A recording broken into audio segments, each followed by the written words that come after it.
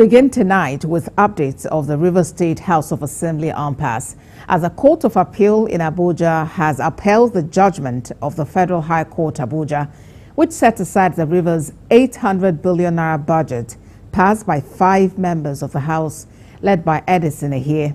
The court held that the presentation of the budget was a gross violation of the Constitution. Celestina Area reports. The court ruled that the budget should be represented to the House of Assembly led by Martins Amewele. The appellate court struck out the appeal filed by the governor of Rivers State, Siminalayi Fubara, on the grounds that it lacked merit. The court held that Governor Fubara had withdrawn his counter affidavit at the lower court in the matter and as such cannot commence an appeal on the said matter. The court also held that the party must be consistent with his case. A party cannot approbate and reprobate at the same time. The court said Governor Fubara is using his immunity to carry out executive lawlessness. It added that as a governor, he is expected to apply the rule of law and not the rule of mind, insisting the situation of Rivers State Assembly is an executive dictatorship by the governor and a joke taken too far. The court also said where a person makes an attempt to disregard an order of court, the court must do everything to protect the order and sanctity of the rule of law.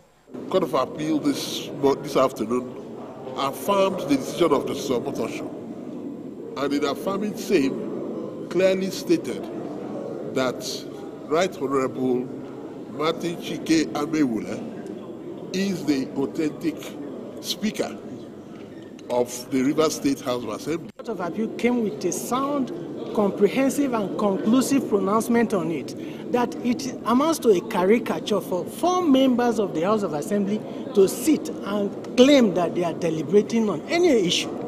The Constitution requires 2/3 for issues that require, like the impeachment of a speaker or the governor, and 1/3 as the number required to conduct the business of the House of Assembly. We heard today is that the Court of Appeal has once again admonished and scolded the governor of Rivers State. We know, I've always told the media, that the governor has sworn that he has immunity and that he will never obey any judgment.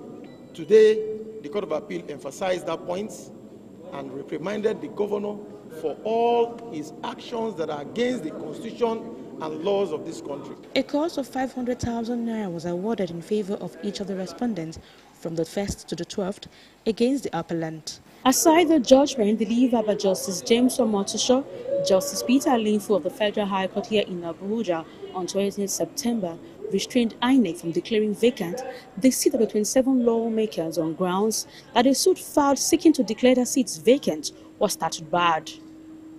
Celestina Area, TVC News, Abuja. In a related development, a federal lawmaker and spokesman of opposition coalition, Ikenga Gochinyere, says the Court of Appeal did not decide on the legality of the decampment of the pro-Wike sacked lawmakers, which is still subject of the ongoing court process. While reacting to the Court of Appeal judgment, Mr. Gochinyere said the decision was obtained by deceit of the pro-Wike sacked lawmakers without proper parties. According to him, there is still an ongoing legal battle on the illegality of their decampment, and Victor Okojumbo remains Speaker of the House. Not change anything.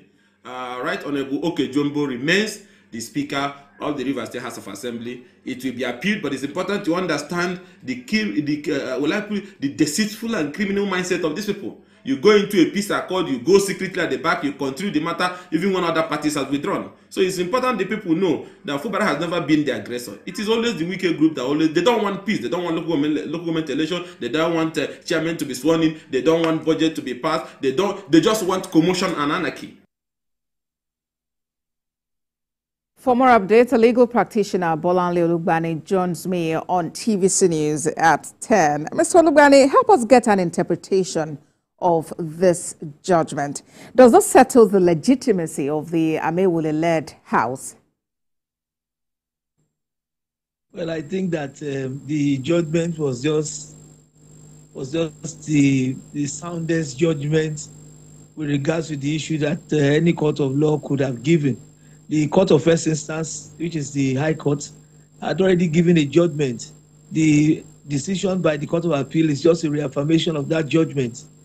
The provision of the law is that Section 90 of the Constitution establishes a state House of Assembly for every state of the Federation. There's a minimum number of 24 members, maximum number of 40 members, for every state House of Assembly, depending on constituencies in the state. The quorum, the sitting quorum, is 1/3 of that number. So 1/3 of the members, of duly elected members of the House of Assembly, form the number that is necessary by law to operate, the business of the House of Assembly. 3 persons acting as the House of Assembly is not only illegal, it's unlawful, it's unconstitutional, it's null and void. That's what the Court of Appeal has just said. All right, Ms. Olugbani, but there is one more leg to go, which is the Supreme Court. Will you advise the appellant to still approach the Apex Court? You mean whether they should bother appealing to the Supreme Court? Yes, please. Well, I think with the soundness of this judgment and the clear provisions of the law, an appeal to the Supreme Court would probably result in a greater upbraiding of the governor and those who are running the shenanigan that is ongoing in the legislative arm of the government of Rivers State. I think the Supreme Court may even sanction any legal practitioner that takes such an appeal, right up to the Supreme Court, for the fact that it will just amount to an exercise in futility and waste of judicial time. Penalties and costs will be awarded far above what the Court of Appeal has awarded. And finally, let's talk a bit of politics. Where is this leading to? Well, in simple terms, it is leading to a reconstitution or return to the status quo ante of the situation before the destruction of the physical structure of the House of Assembly. The House of Assembly, under the Speaker, that has, just been revalidated by the pronouncement of the Court of Appeal, will be the House of Assembly of Rivers State. At the end of the day, that House of Assembly will be allowed to do its job by law, and once they are allowed to constitute themselves for the purpose of doing the business of the House of Assembly, impeachment will follow. Legal practitioner Bolanle Olugbani, thank you so much for talking to us on TVC News at 10. Thank you. Let's move on now to security stories. Armed bandits have killed a police officer, abducted an expatriate, and scores of travelers, including some workers of a construction firm in Zamfara State. The incident occurred Thursday morning when the heavily armed men blocked the ever-busy Safe-Funtua Road for several hours. One of the survivors told TVC News that the terrorists laid ambush on the road and shot any moving vehicles. A Toyota Jeep, according to him, carrying an expatriate, was among the vehicles attacked, and a policeman attached to the VIP was killed instantly. The expatriates and several other travelers were whisked away by the bandits to an unknown destination. A combined team of security operatives stormed the scene after nearly 2 hours and cleared the road for motorists. This incident is coming barely 24 hours after the Ministry of State for Defense, Bello Matawale, relocated to Sokoto State in the quest for an end to banditry and kidnapping. The Nigerian military authorities have thrown a challenge at a former agitator in the Niger Delta, Asari Dokubo, making reference to a comment by Mr. Dokubo threatening to bring down a helicopter he claimed hovered over his premises during the local government election in Rivers State. The Director of Defense Media Operations, Major General Edward Buba, says the former agitator should challenge troops in the front lines. Sifon Essien has more. Nigerian military troops have continued the offensive, targeting high-profile terrorists and bandit commanders across the country. They have taken out more than 300 terror group leaders in recent months. Our operations have destroyed a substantial part of the combat capabilities and capacity of the terrorists, particularly their leadership. Importantly, we are increasingly making significant strides and progress through our operations across the country. For instance, another notorious terrorist leader was eliminated on the battlefield during the week. He was known as May Hijabi.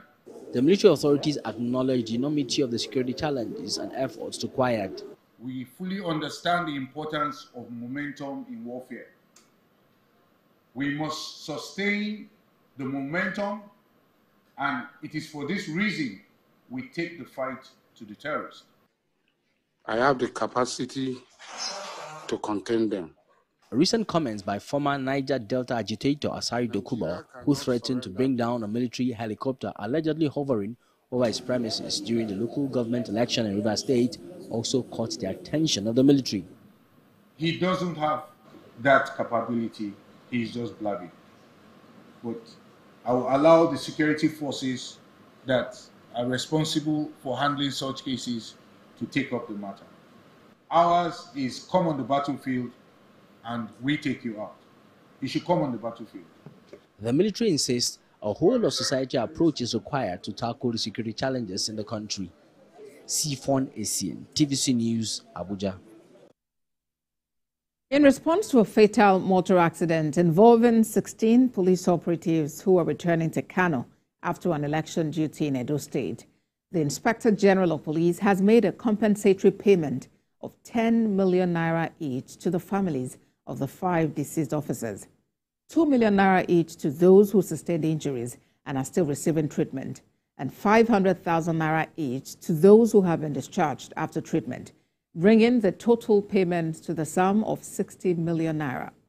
Force Public Relations Officer Olumuyiwa Adejobi, in a news conference at the Force headquarters, said the IGP has also ordered the Police Insurance Unit and the Police Account and Budget Department to expedite the preparation of life insurance benefits for the deceased officers, as well as the welfare scheme benefits for other affected officers, and to also ensure that payments are made without delay. The Inspector General of Police has deleted the compensatory payment of 10 million naira each to the families of the 5 deceased officers, 2 million naira each to those still receiving treatment, and the sum of 500,000 naira each to those who have been discharged after treatment, bringing the total payment to the sum of 60 million naira. The IGP has ordered the Police Insurance Unit and the Police Account and Budget Department to expedite the preparation of life insurance benefits for the deceased officers. As the world marks mental